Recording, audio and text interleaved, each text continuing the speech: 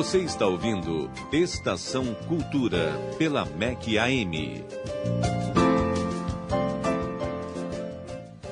No Dia do Mestre, eu recebo um professor agora, aqui no Estação Cultura. Professor Euler Oliveira Cardoso da Costa. Ele lança, agora no sábado, na Livraria Edital, em Campo Grande, o livro Profissão Docente, uma identidade reconstruída na prática. Esse livro, ele desenvolveu, como resultado do trabalho dele como professor numa escola pública em Austin, na Baixada Fluminense. Professor Euler Oliveira Cardoso da Costa está na linha com Estação Cultura, vai conversar comigo agora. Professor, boa tarde. Boa tarde, Alessandra. Boa tarde a todos da Rádio MEC. Bom, antes, só para a gente situar, são quantos anos na docência? Olha, na docência eu tô desde 2009, né? Porque minha história ela é um pouquinho diferente dos outros. Ah, é? Porque eu comecei na iniciativa privada, né? Eu sou formado, a minha primeira formação é em economia, né? Sim. Eu fiz economia na Universidade Rural e trabalhei durante muito tempo nessa área. Só que a gente sentia algum vazio, alguma inquietação, algo que não me preenchia. E eu achava que eu trabalhava, mas ao mesmo tempo eu achava que eu era um pouco inútil, assim, alguma coisa que não resolvia as minhas questões. Sim. E aí eu resolvi voltar a estudar. E aí eu fiz o curso de Geografia, né? E aí durante o curso de Geografia eu percebi que o que estava faltando, eu estava conseguindo encontrar, que era a questão de me sentir mais útil, me sentir mais presente, ter um poder de transformação maior. Então eu consegui aliar o útil ao agradável, que era trabalhar e ao mesmo tempo me sentir útil, né, dentro do que eu estava fazendo. E aí eu me voltei para o magistério. Eu saí da iniciativa privada, fiz concurso para o município do Rio, depois fiz concurso para o Estado, passei nos dois, graças a Deus, e comecei a trabalhar com educação propriamente dita a partir de 2009, né? Quer dizer, a gente fala muito, né? A gente ouve muitos professores falando nessa... que é uma profissão, assim, que guiada pela paixão mesmo. No seu caso, foi exatamente isso, né? Assim, você já tinha ali sua vida estabilizada, mas aquilo não estava sendo suficiente. Aquilo aquilo não te deixava feliz, né? É verdade. Inclusive, na época, eu fui questionado muito pelas pessoas, pelos familiares, pelo pessoal da empresa que eu trabalhava, falando: você tá maluco, cara, você vai largar, hoje você está numa empresa, você tem um cargo bom e não sei o quê. Eu falei: não, mas não estou satisfeito, não estou feliz, não adianta. Então, assim, eu acho que uma das coisas importantes para qualquer ser humano é estar fazendo o que gosta, né? Então, a questão financeira, ela se torna secundária. E no caso do professor, por mais que a gente tenha realmente, e temos mesmo um problema salarial, é um problema crônico no Brasil, mas o que move muito mais a gente é a questão da paixão mesmo, do amor ao que a gente faz, né? De poder saber que o que a gente está fazendo, ele é capaz de transformar, né? Porque Sim. O professor, ele antes de tudo, ele é um educador e um educando, ou seja, ele ensina, mas ele aprende ao mesmo tempo. Então não existe essa figura do professor que só ensina. O professor que se considerar só uma pessoa já pronta, que já concluiu tudo, que já sabe tudo, ele está chegando no fim da linha. Então, a gente está sempre educando e sendo educado, a gente está sempre trocando, é uma troca constante, né, contínua, interna, e isso me motiva muito, né? Aí a gente está aí na estrada já há algum tempo e muito feliz com o que faz. Como é que foi o trabalho para desenvolver esse livro? Você foi estabelecendo assim algumas relações com outros professores, né? Você foi buscando saber o que te motivou, o que levou você a escrever o livro, antes de tudo. Então, Alessandra, esse livro foi o seguinte: eu tinha terminado o meu curso de Geografia e para você terminar os cursos de licenciatura você tem que apresentar, você tem que defender um trabalho, uma monografia. Na minha defesa de monografia, em Geografia, eu fiz um trabalho sobre a identidade territorial. No caso, eu escolhi um recorte, né, porque se ficar muito amplo você não dá conta de fazer o trabalho em determinado prazo que você tem, e eu tive que fazer um recorte. Eu fiz um recorte de um lugar que tinha muita questão afetiva ligada a mim, que eu tenho uma ligação com Nova Iguaçu, com a Baixada Fluminense, muito grande, por conta de laços familiares, né? Porque a minha esposa, eu conheci ela na Universidade Rural, ela é de Nova Iguaçu, e aí a gente foi se aproximando do espaço por conta da questão afetiva.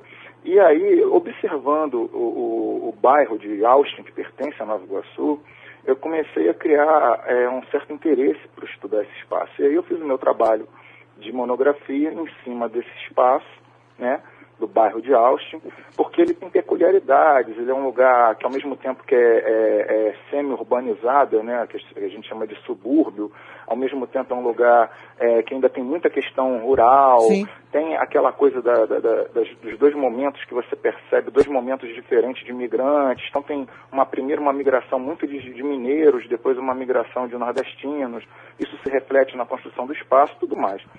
E aí, quando eu fui fazer meu mestrado em Educação na Universidade Rural, no programa de pós-graduação em Educação, o PPG-Educ da Rural, eu procurei uma pessoa que tivesse ligado a essa questão da identidade, porque isso sempre me fascinou, essa coisa do ser humano, das múltiplas identidades que a gente tem, porque você é jornalista nesse momento, você está me entrevistando, mas você não é jornalista, você é e não é ao mesmo tempo. Sim, jornalista, claro. 24 horas por dia. Não, de jeito nenhum. E eu sou e não sou professor o tempo todo, então a gente está o tempo todo cercado por coisas que nos motivam, nos provocam. Sim. E aí eu encontrei essa professora, que foi minha orientadora, que foi a professora Lilian Ramos, a quem eu agradeço eternamente.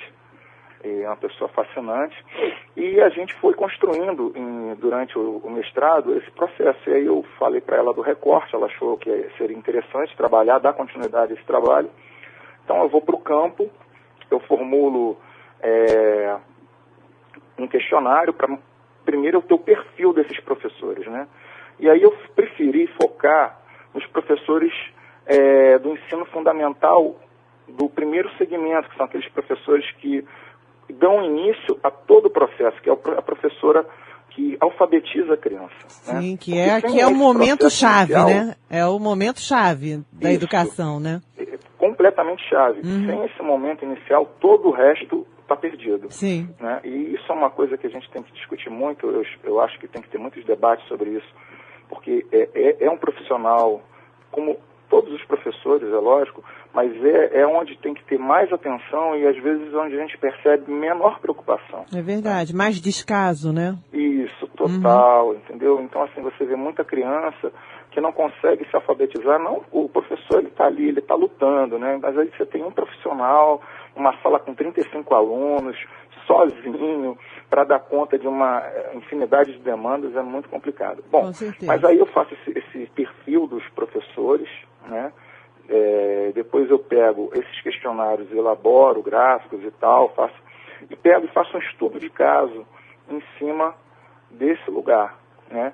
Para poder entender como é que o professor que ele chega para trabalhar e como é que ele sai desse espaço, né? Como é que você... Porque você tem pessoas que trabalham e que moram no local, tem pessoas que moram próximo, ou tem pessoas que trabalham e moram longe, né? Do local. Então você tem esses deslocamentos, eles te impregnam de coisas, né? De motivações, desmotivações. E aí eu fiz depois, para poder ter um aprofundamento, eu peguei uma amostra de 16 professoras e entrevistei essas professoras. Entrevistei mesmo, assim como você está fazendo comigo. Essas entrevistas, elas serviram para eu poder aprofundar mais na questão da identidade, como que o espaço influencia na identidade, na formação da identidade do professor e como que isso vai refletir dentro de sala de aula. Como é que o professor, dentro de uma determinada realidade, ele vai fazer com que ele consiga produzir melhor o seu trabalho, para que ele consiga fazer com que os alunos entendam o que ele está propondo, né? Para que ele consiga romper as barreiras que lhe atrapalham, para que ele consiga, de alguma maneira, fazer com que aquelas aulas sejam produtivas, né? Que os professores consigam subverter as ordens que lhes são impostas, que ele consiga, ao mesmo tempo, da diversidade, da precariedade, tirar o que que tem de melhor daquelas crianças, né? Uhum. Então eu tive uma oportunidade riquíssima, fantástica, de ver coisas que inimagináveis, né? Professores que fazem verdadeiros milagres, né? Com pouquíssimo recurso, mas que têm uma vontade tão grande de ensinar, de fazer o outro aprender, né?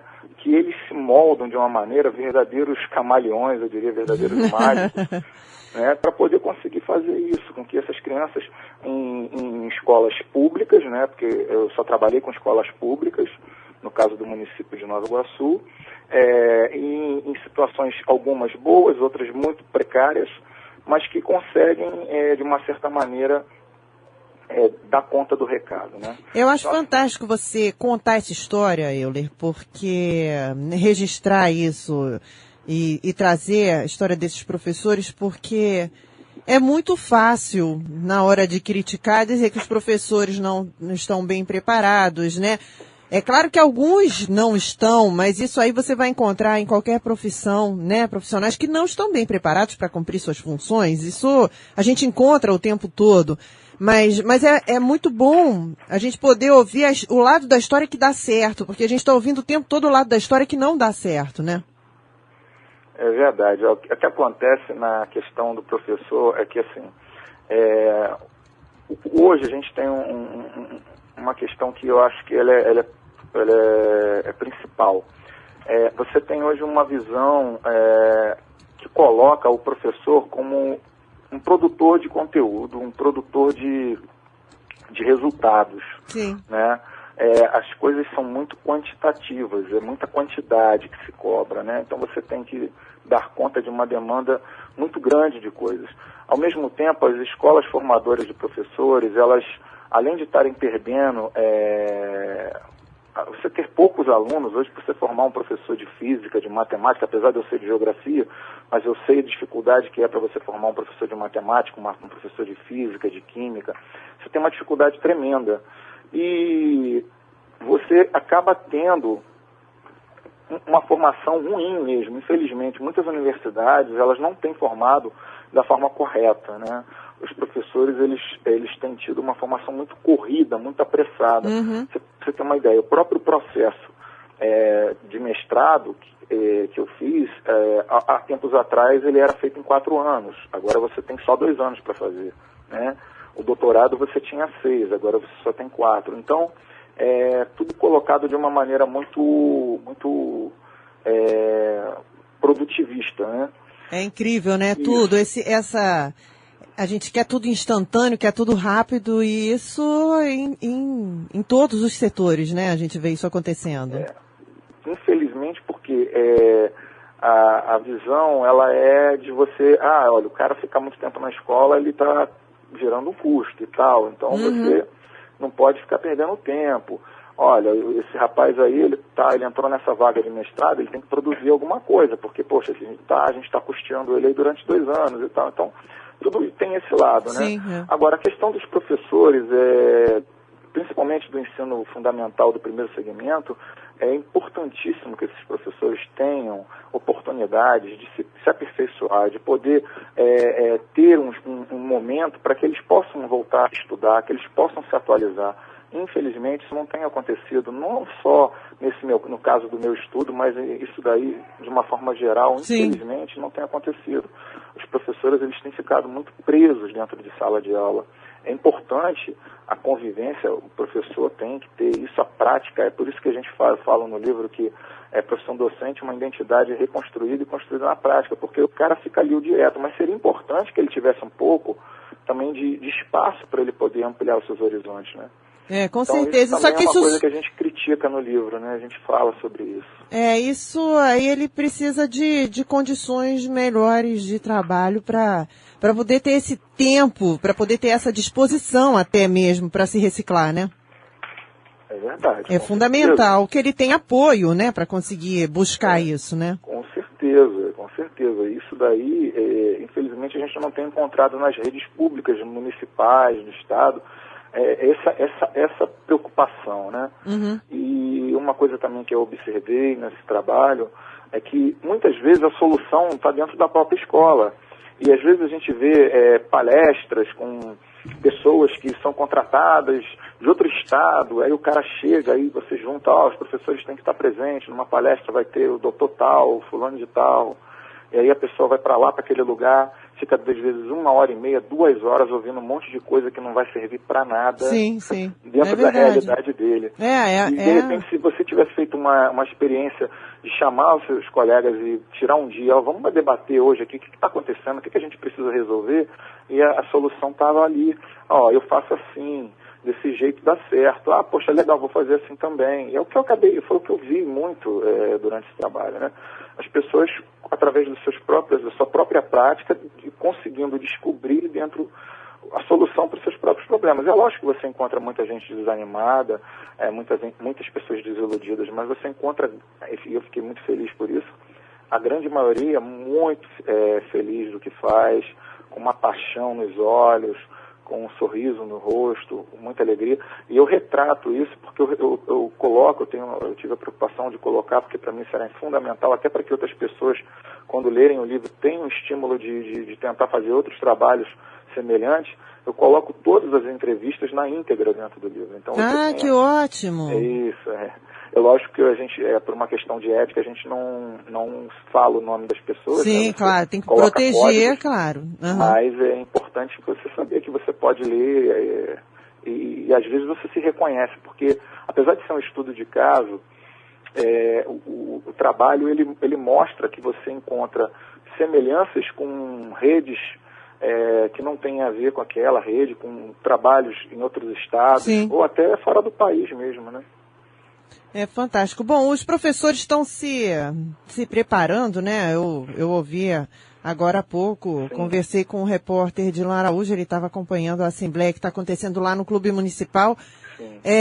Os professores... Eu até tinha que estar lá hoje. Pois eu ia te perguntar isso. Você tá saindo de casa, daqui a pouco vai estar aqui na Candelária também. Esse é um momento muito importante, né? Um momento em que se pede um basta, né? Os professores estão organizados e muito determinados, né? Eu me lembro poucas vezes de movimentos que tenham demorado tanto tempo, né? E que a mobilização tenha se mantido. Porque, em geral, o que acontece é que depois de um tempo, essa mobilização acaba esvaindo e o movimento acaba tomando outros rumos que não esse dessa mobilização. É importante, né? Sim, olha só, Alessandra, esse momento que a gente está vivendo hoje no município do Rio de Janeiro, eu espero que ele se multiplique por todos os outros municípios, não só do estado do Rio, mas como do Brasil inteiro, porque é um momento histórico. Há muito tempo a classe está adormecida. Somente no município do Rio tinha uma coisa meio que acomodada, meio que aceitava tudo e tal. Só que chega um momento que é preciso você acordar, você levantar, ficar de pé e caminhar.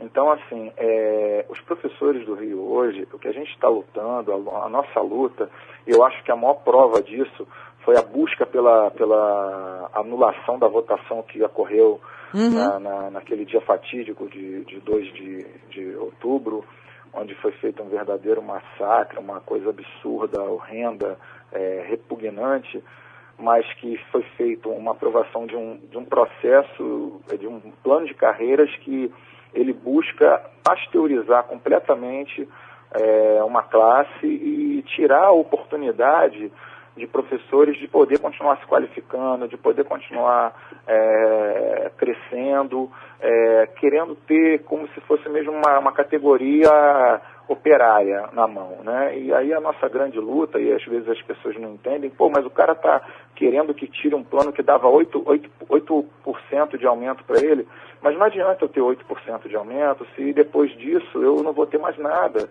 e não vou ter nem a oportunidade de continuar me aprimorando para levar o melhor para os meus alunos, né? Sim. O que a gente espera, sinceramente, com esse movimento, com essa mobilização, é que a sociedade, ela de uma vez por todas entenda que nós queremos realmente o melhor para os filhos deles, né? Não adianta eu estar em sala de aula insatisfeito e não conseguindo dar a aula que eu pretendo, porque a única coisa que o pai vai ter é a vantagem de não estar com o filho naquele momento na sua casa. Mas ele vai ter um filho que vai estar voltando para casa com pouquíssimo conhecimento. E uma das verdadeiras lutas nossa na escola municipal, nas escolas públicas, é conseguir fazer com que os filhos das camadas menos favorecidas tenham alguma chance de romper as barreiras da mobilidade social. Sim. Porque você tem hoje uma imobilidade plena, né? E, infelizmente, parece que querem que essa imobilidade continue, que as crianças não consigam mudar. Na escola que eu trabalho, a gente conseguiu, há 2 anos atrás, uma coisa que foi fantástica. Nós conseguimos aprovar mais de 25 alunos, uma iniciativa dos professores de português e matemática, mais de 25 alunos para escolas técnicas. Muito escolas bom. como FATEC, Uhum. como Cefet, CETUR, que é a Escola Técnica da Rural, né? E isso para a gente é muito importante, porque a gente sabe que está colocando o aluno num caminho onde ele já vai ter uma profissão, Claro. ele vai ter uma chance de passar no Enem para uma universidade pública. Uhum. Né? Porque é diferente você estudar na universidade pública do que você... Não estou desmerecendo as universidades particulares, mas a gente quer um aluno que tenha chance, que o cara sonhe e fale, não, eu quero ser advogado, que ele possa ser um advogado. Claro. Né? Que ele queira ser um médico, que ele possa ser um médico. Por que não? Né? Então, assim, eu fico até um pouco emocionado de falar disso, mas essa que é a grande verdade. Infelizmente, a gente não tem conseguido, tem tentado calar essa voz nossa, né? Tem feito, alguns veículos da imprensa têm tentado fazer algumas relações a outros grupos Sim. e tal, radicais, e dizer que nós estamos associados a eles. Não tem Imagina, nada a ver. né, professor fazendo quebradeira, realmente É uma coisa assim, surreal, né? Mas surreal. infelizmente os veículos tentam fazer essa relação, né? Mas eu acho que o pessoal já tá ficando espertinho, já não acredita mais em tudo que ouve, em tudo que vê, não, viu, Euler? Eu acho que a gente aos poucos vai conseguindo levar, né? Somos os formadores de opinião, né? O pessoal tem que saber ouvir e saber escolher, né? Do que está ouvindo, o que tem relevância ou não, né? É verdade. Isso é fundamental. Olha só, essa conversa tá maravilhosa, mas eu tenho uma outra entrevista daqui a pouco, então a gente não vai poder continuar conversando muito não. Quero deixar um convite, o lançamento é sábado, na Livraria Edital, a partir das 16h. E aí você vai estar lá para conversar com o pessoal um pouquinho a respeito do livro, autografar os livros, não é? Eu vou estar lá aguardando todos, e se você for, vai ser uma honra. Olha, um prazer enorme, obrigada. Para conversar, para trocar ideias, para bater um grande papo, né? Esse livro, eu tenho ele como uma homenagem às professoras, aos professores como um todo, mas é uma homenagem que eu faço a esses que, na minha opinião, são os que iniciam o trabalho, que são as professoras do primeiro segmento, que são fantásticas e que fazem a mágica de fazer uma criança que ainda não sabe juntar as palavras, e ela aprende a juntar e depois ela consegue compreender aquilo ali e ler, né, e escrever. É mágico, né? Isso é mágico. É uma coisa mágica, né? Eu vejo isso através do meu filho de 8 anos, 7, 8 agora. Então eu fico cada vez mais fantástico. Agora, quando ele às vezes se irrita comigo, ele escreve um bilhete para mim, eu fico todo bobo. Muito bom. Feliz que ele escreveu um bilhete para reclamar de mim. É uma coisa fabulosa, né, a educação. Então, assim, vai ser um prazer estar lá aguardando todos que tiverem oportunidade de ir. E é isso. Olha, Euler, muito obrigada mesmo por essa conversa, muito sucesso para o livro, sucesso para essas professoras, né, como você diz, que fazem essa mágica. Essa é uma história que tem que ser contada, né, o dia a dia dos professores, né, as pessoas precisam conhecer. Então fica essa dica do livro Profissão Docente, uma identidade reconstruída na prática, um lançamento da Edital, né?